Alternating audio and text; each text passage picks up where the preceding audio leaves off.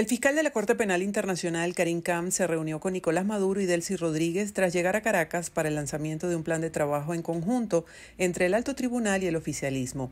La reunión con Maduro es la primera actividad que se conoce este lunes del fiscal, quien posteriormente se encontró con Delcy Rodríguez.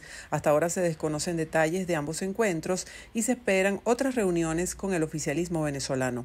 La Corte Penal Internacional tiene abierta una investigación contra el Estado venezolano por presuntos crímenes de lesa humanidad cometidos desde el año 2014. Además, el fiscal ha dicho que espera se abra este año una oficina de cooperación en Caracas. Se desconoce si durante la visita de Karim Khan, la cuarta desde 2021, se abordará este asunto o si ha habido algún avance interno que no se haya dado a conocer públicamente. La CPI, que anunció en su cuenta de X que el próximo jueves lanzará su política de complementariedad y cooperación, no precisó si dicho plan guarda relación alguna con la visita del fiscal al país caribeño. El Tribunal Supremo de Justicia emitió una sentencia con la cual arrebata el partido Primero Justicia a su junta directiva encabezada por María Beatriz Martínez y se lo entrega a José Brito, quien es diputado de la actual Asamblea Nacional.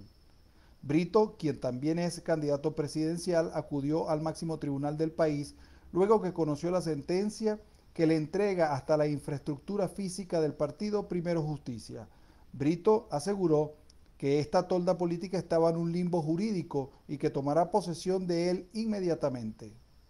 Debemos recordar que hace mes y medio concurrí por enésima vez, pero fue la última oportunidad que concurrí al Tribunal Supremo de Justicia y en su oportunidad hicimos nuevamente un planteamiento ante la Sala Constitucional en relación a que la organización con fines políticos Movimiento Primero Justicia saliera del limbo jurídico en el que se encontraba. Ustedes deben recordar que esto es un proceso que data de hace 4 años, que ha sido, en un vaivén jurídico, y en la última oportunidad dijimos que estábamos solicitando, que en todo caso pudiera salir del limbo jurídico. Si en todo caso si seguía en el limbo jurídico o esa tarjeta se utilizaba, se instrumentaba para estar al servicio del proceso de reinstitucionalización, de repolitización y redemocratización de Venezuela. ¿Podría ser esta una maniobra para ir contra la tarjeta de la Mesa de la Unidad Democrática, siendo que Primero Justicia pertenece a esta alianza política y quien inscribió a Edmundo González para las próximas elecciones presidenciales del 28 de julio? Hace 4 años no estaba un proceso como el tal, de tal manera que te digo, esto es un proceso que data de hace 4 años, es de vieja data, de tal manera que nosotros lo que creemos es que estamos en un lapso que tanto esta tarjeta como cualquier partido político debe estar al servicio de la democracia para que toda persona que quiera elegir o ser elegido pueda tener estas organizaciones con fines políticos al servicio precisamente de lo que he hablado de la reinstitucionalización, de la redemocratización y de la reinstitucionalización del país. Yo no tengo nada que ver con la tarjeta de la MUD.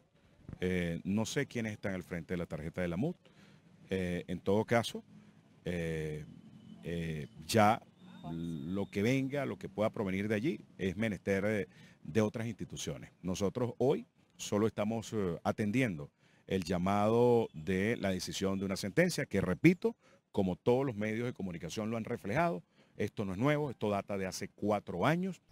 José Brito indicó a BPI-TV en el Tribunal Supremo de Justicia que renunciará a su cargo como secretario general del partido Primero Venezuela para asumir la junta directiva de Primero Justicia y anunció que inscribirá su candidatura presidencial con la tarjeta de este partido. Desde Caracas, Fernando Tineo para BPI-TV. La organización política Primero Justicia afirmó este lunes que la sentencia emanada por el Tribunal Supremo de Justicia es una muestra más de la ausencia de separación de los poderes públicos y el Estado de Derecho en Venezuela. Y mandan a títeres vergonzosos a creer que pueden asumir el liderazgo de un partido y pretenden decir que es que con esa sentencia van a cambiar el rumbo que ha marcado este país. Señores, qué mal está leyendo Maduro el país. Debería ponerle un poquito de atención a lo que ayer mismo hicieron en la tal consulta obligatoria y amenazaban y llamaban y pedían asistencia y nadie les pone cuidado.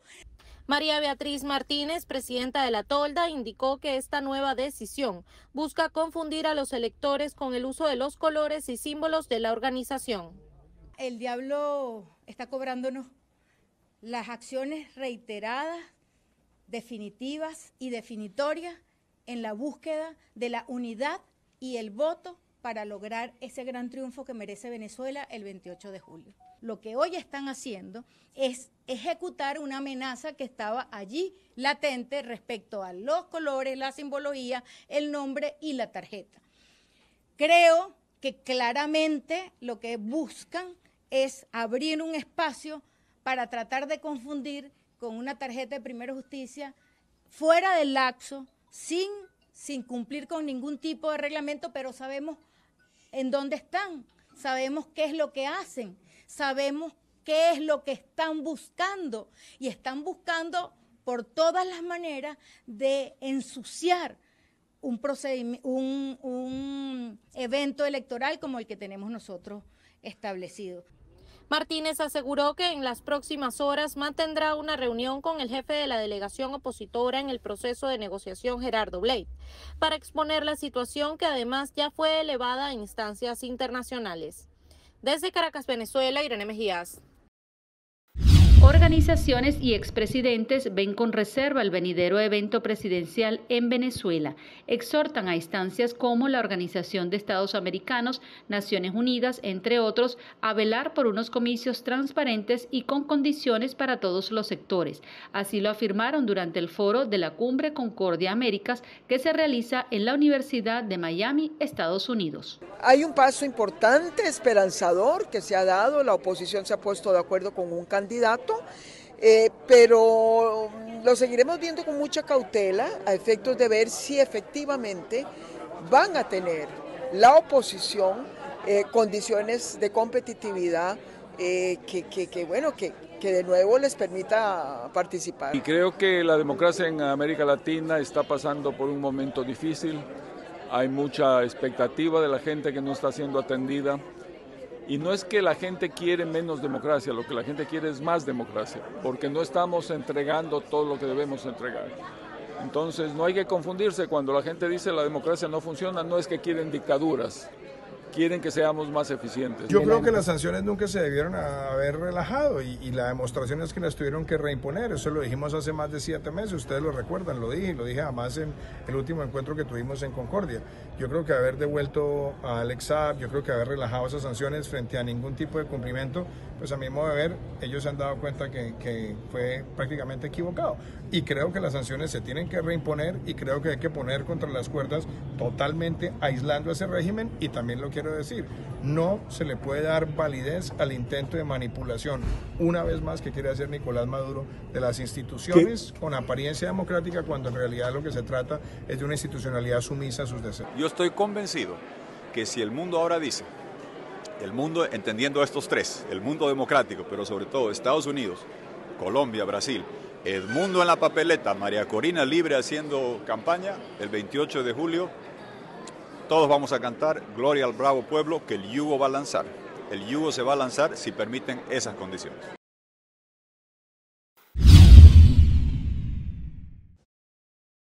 El Estado venezolano reconoce la competencia de la Corte Penal Internacional.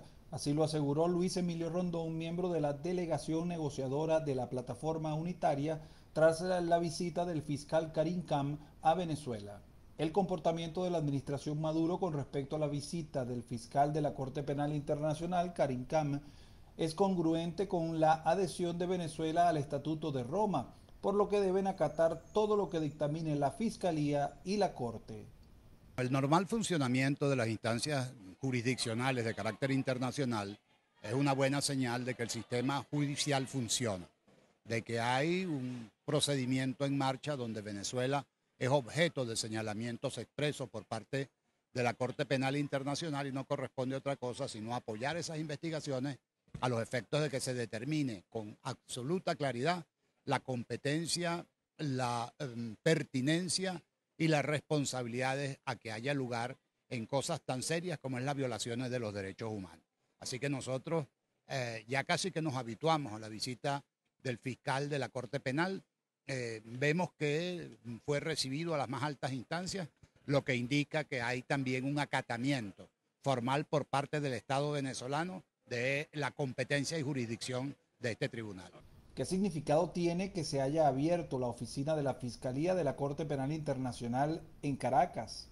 Significa el aceptamiento o la aceptación por parte de Venezuela de la competencia y de la pertinencia de esa investigación. Así que esperemos que la misma concluya y la Corte determine con precisión el alcance de la investigación que está realizando dentro y fuera del país. Investigar, van a ver cómo hacen con el Ministerio Público para entenderse, para conciliarse. Lo lamentable en este caso es que en Venezuela todas las instituciones están sesgadas. En Venezuela no hay independencia de la justicia. Se ha dicho desde ese mismo momento que esa oficina va a tener funciones de cooperación técnica con las autoridades venezolanas. ¿En qué sentido? Pues de alguna manera establecer e identificar cuáles son las deficiencias tanto legislativas como institucionales del sistema de justicia venezolano en aras de fortalecerlo, reinstitucionalizarlo, mejorarlo. Es decir, es una oficina de asistencia técnica a las autoridades venezolanas. La propia Corte Penal Internacional colocó en la red social X una foto donde se aprecia al fiscal Karim Khan cortando la cinta de la apertura de su oficina en la capital venezolana. Desde Caracas, Fernando Tineo para BPI TV. Sí, gracias por el contacto y un saludo a quienes a esta hora sintonizan la emisión central de noticias BPI TV. Pasadas las 3 de la tarde de este martes 23 de abril fueron recibidos por parte de la Sala Electoral del Consejo Nacional Electoral los representantes de las tarjetas de Un Nuevo Tiempo y Movimiento por Venezuela. Angelo Palmieri por parte de Un Nuevo Tiempo y Simón Calzadilla por parte de Movimiento por Venezuela ofrecieron declaraciones a su salida del ente rector y esto fue lo que dijeron. A las 3:15 de la tarde del martes 23 de abril de 2024 acudimos nuevamente los representantes del Partido Nuevo Tiempo del Consejo Nacional Electoral, donde fuimos recibidos en la Junta Nacional Electoral para consignar nuevamente la renuncia de nuestro candidato, la cual ha sido recibida, y acto seguido adherirnos al partido Mesa de la Unidad Democrática y apoyar al candidato Edmundo González Urrutia, cumpliendo con el compromiso del partido, el compromiso del gobernador Manuel Rosales con la unidad y la ruta electoral. Cuando son las 3:20 de la tarde de hoy, martes 23 de abril, podemos informarle al país que hemos logrado consignar ante la Junta Electoral Nacional del Consejo Nacional Electoral nuestra solicitud de adherencia a la candidatura de Edmundo González Urrutia. Desde este momento, el Movimiento por Venezuela, MPV, respalda formalmente a nuestro candidato de la Plataforma Unitaria Democrática, González Urrutia, y en unidad lograremos el cambio. Bien, eran palabras de Angelo Palmieri por parte del partido Un Nuevo Tiempo y de Simón Calzadilla por parte del partido Movimiento por Venezuela. Es importante señalar que estas nuevas adhesiones a la candidatura de Edmundo González Urrutia se realizaron horas antes de que finalizara el lapso por parte del Consejo Nacional Electoral para las sustituciones, las cuales van a poder aparecer en la tarjeta del próximo 28 de julio. También es importante destacar que desde el día sábado ambas organizaciones políticas habían denunciado que no habían sido recibidos por parte de la sala electoral del organismo. Hasta hoy fue que pudieron consignar los documentos necesarios tanto para realizar formalmente la renuncia del candidato Manuel Rosales, quien en un principio había sido inscrito por el partido Un Nuevo Tiempo, y esa adhesión a la candidatura unitaria de Edmundo González Urrutia. Esta es la información que nosotros tenemos hasta esta hora. Desde Caracas, Venezuela, Irene Mejías.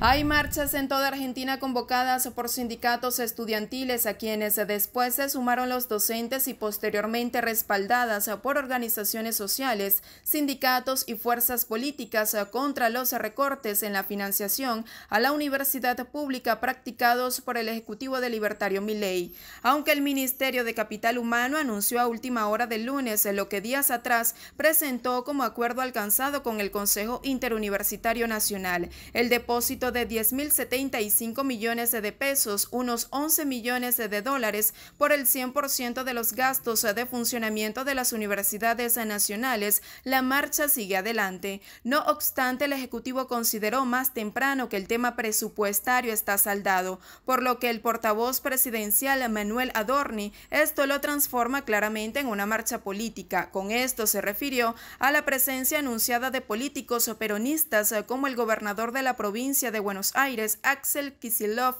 y el exministro de Economía y excandidato presidencial Sergio Massa, del líder de la Unión Cívica Radical Martín Lostio, así como la Confederación General del Trabajo, principal central sindical del país, y movimientos piqueteros o de izquierda. Nosotros somos súper respetuosos de la expresión que tengan los jóvenes, los estudiantes y su... Creo que pocos espacios respetan tanto a los jóvenes y a los estudiantes como lo hacemos nosotros, así que creemos que es legítimo absolutamente cualquier reclamo que puedan hacer los jóvenes, pensando que esto les puede ayudar a tener un futuro mejor o mejor educación, o no importa, sea en una marcha de esta índole o de cualquier otra índole. Ahora, al menos de lo que se comentó de los que iban a participar, el tema presupuestario de la universidad y el tema presupuestario de los hospitales universitarios está saldado, lo cual esto lo transforma en estas personalidades que te nombré, o estas organizaciones que te nombré, que aparentemente van a participar o que se han expresado en favor de participar de la marcha. Bueno, lo han transformado claramente en una marcha política. El gobierno esta vez no aplicó el protocolo antipiquetes que había sido implementado por el Ministerio de Seguridad poco después de asumir el Ejecutivo y que impedía el corte de la vía pública durante una manifestación.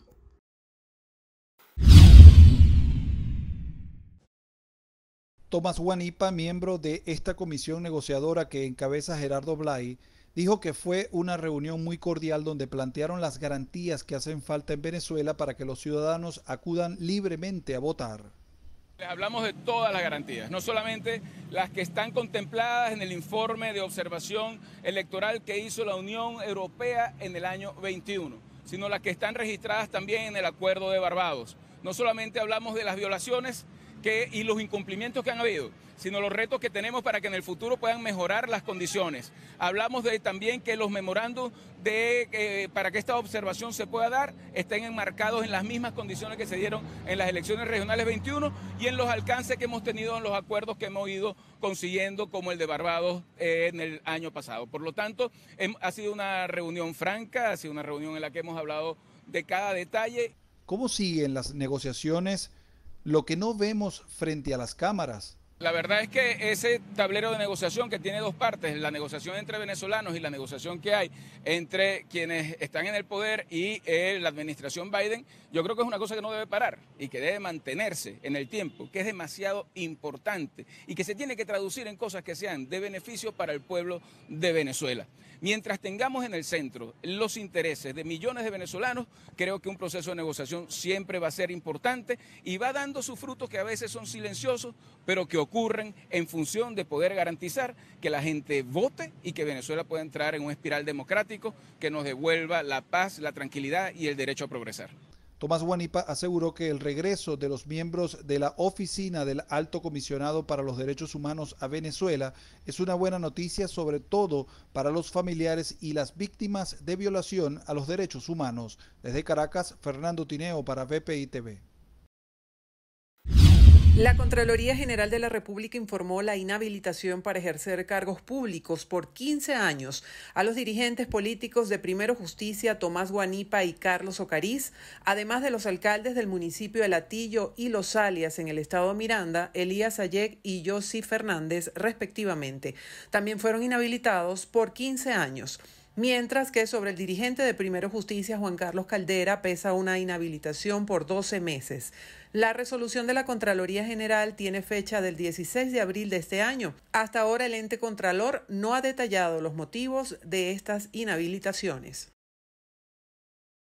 Amnistía Internacional responsabilizó a la administración de Nicolás Maduro por los denunciados casos de desaparición forzada y tortura expuesto en el informe anual de la organización publicado el martes. Además, indican que esas y otras violaciones de derechos humanos forman parte de una política de represión ejercida por las autoridades. La organización internacional explicó que cuando las víctimas comparecen ante un tribunal son acusadas de asociación para delinquir y otros cargos relacionados con el terrorismo y luego trasladadas a un centro militar o policial donde permanecen meses o incluso años en espera de juicio.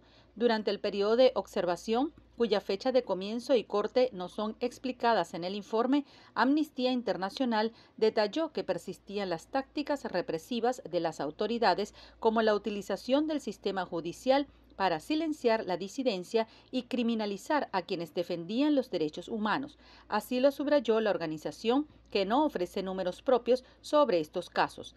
A juicio de Amnistía Internacional, en el país suramericano hay una política de represión aplicada por la administración de Nicolás Maduro, por lo que quienes criticaban al Ejecutivo eran objeto de detención arbitraria, desaparición forzada y tortura con la aquiescencia del sistema judicial.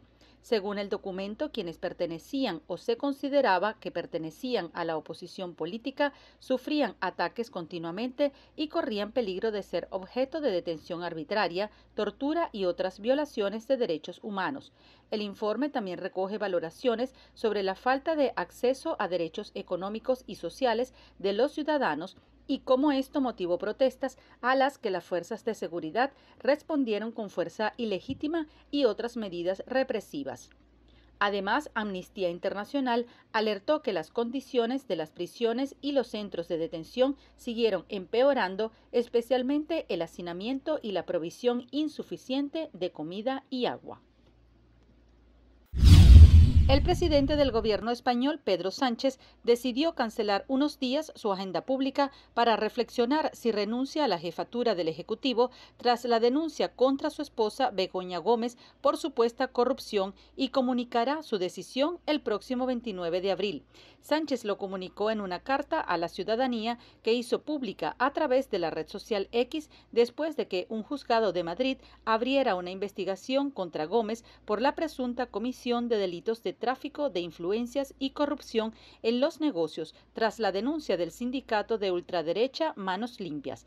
En su misiva, el jefe del Ejecutivo lamenta el ataque que calificó sin precedentes contra su esposa y se pregunta si merece la pena seguir soportando esta situación.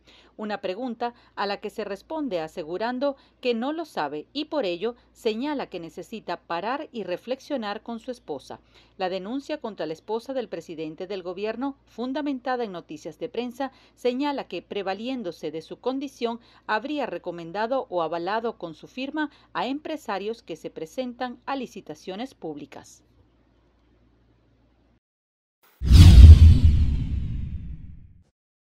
Enrique Márquez no cerró la puerta a aceptar que otros factores políticos lo apoyen o él apoyar a Edmundo González o cualquiera a donde lo lleve la realidad política venezolana. Por eso hemos concurrido a reuniones con todos los factores políticos del país, incluso con la plataforma unitaria, la cual fue una reunión franca, directa, en la cual les pusimos nuestros planes, nuestra visión, y fuimos escuchados con respeto. Pero igual nos hemos reunido con el resto de los factores, buscando coincidencias, dibujando nuestra opción, nuestra alternativa de cara al país. Hoy informamos que hemos decidido continuar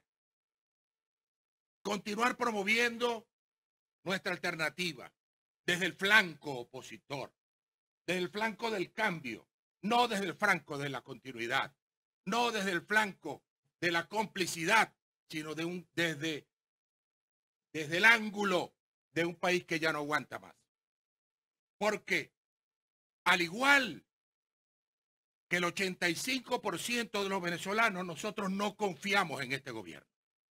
Y no confiamos en sus acciones. Y no confiamos en su forma de actuar en un juego sin reglas, como es este proceso electoral. Cualquier cosa puede ocurrir de aquí en adelante. Cualquier cosa puede generar desasosiego, problemas. Cualquier cosa puede romper la continuidad de un esfuerzo de un pueblo que ha decidido cambiar. Por eso hemos decidido continuar. Márquez indicó que está dispuesto a presentar, tal y como lo sugirieron los presidentes de Colombia y Brasil, un acuerdo que garantice la paz después de las elecciones del 28 de julio. Desde acá hago propia esa propuesta del presidente Petro. La adaptaremos. Habría que adaptarla a la figura. Aquí no hay plebiscito en nuestra Constitución, pero sí hay referendo. Sí hay referendo. Cambio plebiscito por referendo. Y hablo de referendo sobre un conjunto de elementos que son fundamentales para el futuro del país. Que le pidamos al pueblo que refrende esos acuerdos que debemos construir. Porque sería una forma ideal para llegar al día después de la elección y que el pueblo sepa, por lo menos tenga certeza de cuál es el destino de la política venezolana. Proponemos que este acuerdo, este referendo, incluya las líneas gruesas de ese acuerdo nacional sobre el futuro del país, que garantice la vigencia de la Constitución, obviamente. Ese es el marco del acuerdo. El candidato presidencial por el partido Centrados, Enrique Márquez, manifestó que sigue en carrera y que por ahora no tiene pensado retirarse. Enrique Márquez piensa que de la mano de esta propuesta que hicieron los presidentes Petro y Lula da Silva, hay que preguntarle a los venezolanos si a futuro hay que cambiar elementos que perturban la democracia como la reelección indefinida o la centralización. Desde Caracas, Fernando Tineo para BPI TV.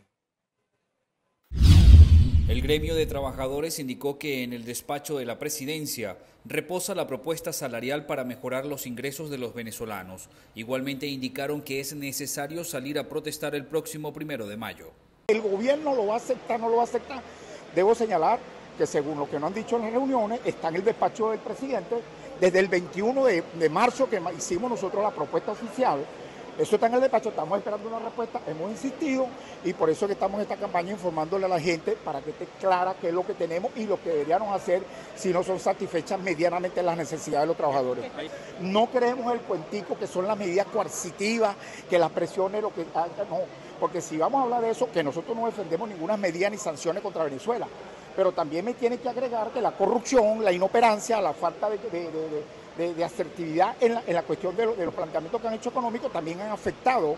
Por su parte, la Federación Nacional de Jubilados indicó que más de 10 millones de trabajadores están afectados económicamente. Nosotros tenemos, solamente con la pensión del Seguro Social, hay 5.380.000 pensionados del Seguro Social, que con 130 bolívares no se puede adquirir nada. Entonces, y esa situación se ha trasladado también, como ustedes deben haberlo escuchado de los otros compañeros, a los trabajadores activos de la Administración Pública Nacional, Estable y Municipal. Entonces, estamos todos alrededor de unos 10 millones de venezolanos que trabajan y que trabajaron en la misma situación con un salario mínimo de 130 bolívares, que no sirve para nada. Nosotros esperamos que no se siga manejando la cuestión a punta de bono, porque el bono no tiene incidencia en los trabajadores activos, sobre todo.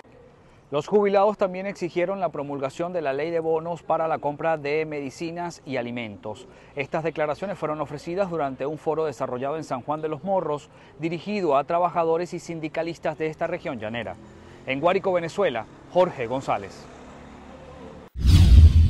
La escasez de medicamentos para la diabetes en Venezuela fue de 36,9% en marzo, un aumento de 1,1 porcentual respecto a febrero, cuando se registró en 35,8%, según un boletín difundido por la organización no gubernamental Convite.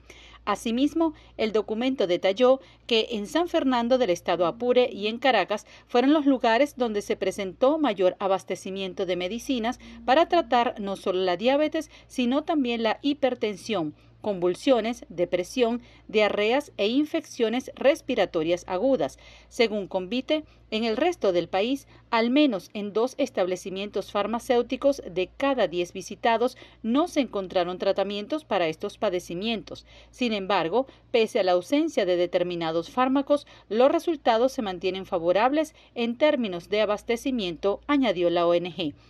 El mes pasado, los porcentajes más elevados de escasez los registraron, además de los fármacos que son usados para la diabetes, los medicamentos para las infecciones respiratorias agudas con 34,2% y convulsiones con un 33%. En entrevista con la agencia de noticias EFE, la Cámara de la Industria Farmacéutica indicó que el mercado farmacéutico venezolano en general registró un crecimiento de 48,4% en febrero si se compara con el mismo mes del 2023. En los 2 primeros meses de este 2024, el mercado creció 51,9% respecto a enero y febrero del año anterior, al pasar la cifra de 29,06 millones a 44,16 millones de medicamentos. El gobierno colombiano y la Corte Penal Internacional firmarán un acuerdo por medio del cual las partes apoyarán mutuamente en la aplicación de la justicia en casos de graves violaciones a los derechos humanos y crímenes de guerra. El canciller colombiano, Luis Gilberto Murillo, declaró lo siguiente. En esta visita, a firmar un acuerdo marco de acompañamiento para que se pueda nutrir nuestro sistema judicial, pero al mismo tiempo que nuestro sistema judicial pueda ofrecer todas estas experiencias al mundo. Murillo dijo que con esta política de complementariedad y de colaboración de la Fiscalía de la Corte Penal Internacional, Colombia fortalece su relación con ese tribunal internacional que ha apoyado al país en la aplicación de justicia tras la firma del Acuerdo de Paz de 2016 con la antigua guerrilla de las FARC en un proceso considerado modelo para el mundo. Reiteramos nuestro compromiso para trabajar de manera conjunta, de manera coordinada y armónica con la Fiscalía de la Corte Penal Internacional en la implementación de dicha política, que ustedes nos puedan acompañar y complementar. El fiscal Karim Khan dijo por su parte que en breve la Corte Penal Internacional lanzará la nueva política acerca de la complementariedad de la cooperación, de la cual hace parte la experiencia colombiana. Venezuela, además del momento histórico político que vive, está dejando una especie de jurisprudencia en la forma de hacer política del lado de la oposición. Un candidato promete ser la guía de la transición, mientras quien no pudo ser la competidora levanta la emoción y la esperanza de las masas recorriendo Venezuela. Yo no pienso estar recorriendo el país en una campaña electoral porque se trata de una campaña distinta. La candidata María Corina Machado sí lo está haciendo y lo está haciendo muy bien. Y así parece que será esta campaña electoral de la oposición, Edmundo González en Caracas y María Corina Machado dando la vuelta al país haciendo el trabajo político, un hecho que no parece tener precedentes. No es un proceso electoral normal. Aquí no se están jugando unas elecciones en una democracia medianamente saludable. Por el contrario, justamente la oferta principal del candidato González Urrutia se trata de la oferta de la transición para el rescate de la democracia. En este sentido, lo que se viene haciendo es una estrategia que es muy simple. Es buscar la transferencia de votos de una candidata ampliamente popular y ampliamente conocida por el país que le transfiera votos al candidato designado, que es un señor con unas grandes credenciales, pero apenas conocido en el país. Tú tienes a un candidato, González Urrutia, que se está concentrando en las entrevistas que pueda dar a medios internacionales. Es un señor serio, con una propuesta seria, que nunca verás, digamos, haciendo un bailecito en TikTok o haciendo un video viral para conquistar, digamos, los favores de las grandes masas. Se trata más bien de una vocería muy seria, mientras tú tienes una vocera fantástica promoviendo a nivel nacional, recorriendo el país a nivel nacional, que es María Corina Machado. Es lo que comenzamos a ver en Portuguesa cuando María Corina Machado presentó a Edmundo González como el candidato de la plataforma unitaria. Y nada más que Edmundo González Urrutia. Edmundo González Urrutia. El candidato de todos los venezolanos. La estrategia y el trabajo político tal y como lo habíamos visto en el pasado cambió. No será el candidato el que recorra el país, sino la ganadora de las primarias del 22 de octubre de 2023, María Corina Machado, informando, tal y como lo dijo la experta en marketing político y profesora universitaria Carmen Beatriz Fernández, sobre la candidatura y planes de Edmundo González. Desde Caracas, Fernando Tineo para BPI TV. 7 años han pasado desde el asesinato en Caracas del estudiante Juan Pablo Pernalete y su caso está en archivo fiscal, aseguraron sus familiares. Es por esto que están en busca de justicia en instancias internacionales. Al entrar a la casa de la familia Pernalete, inmediatamente te consigues con un mural que recuerda al joven basquetbolista y estudiante Juan Pernalete. La nostalgia invade el pensamiento. Sobre tu mente vuelven aquellas imágenes de aquel muchacho mal herido, caminando a rastras hasta caer en el piso, despidiéndose de la vida tras recibir el impacto de una bomba lacrimógena en su tórax. 7 años han pasado y no hay culpables. Hace 7 años asesinaron a nuestro amado hijo Juan Pablo Pernalete, un joven estudiante universitario de 20 años que salía a las calles a reclamar libertades y derechos para él, su familia y todos los venezolanos. Ese día le fue arrebatada la vida cuando un guardia nacional bolivariano le dispara directamente a su pecho a corta distancia una bomba lacrimógena.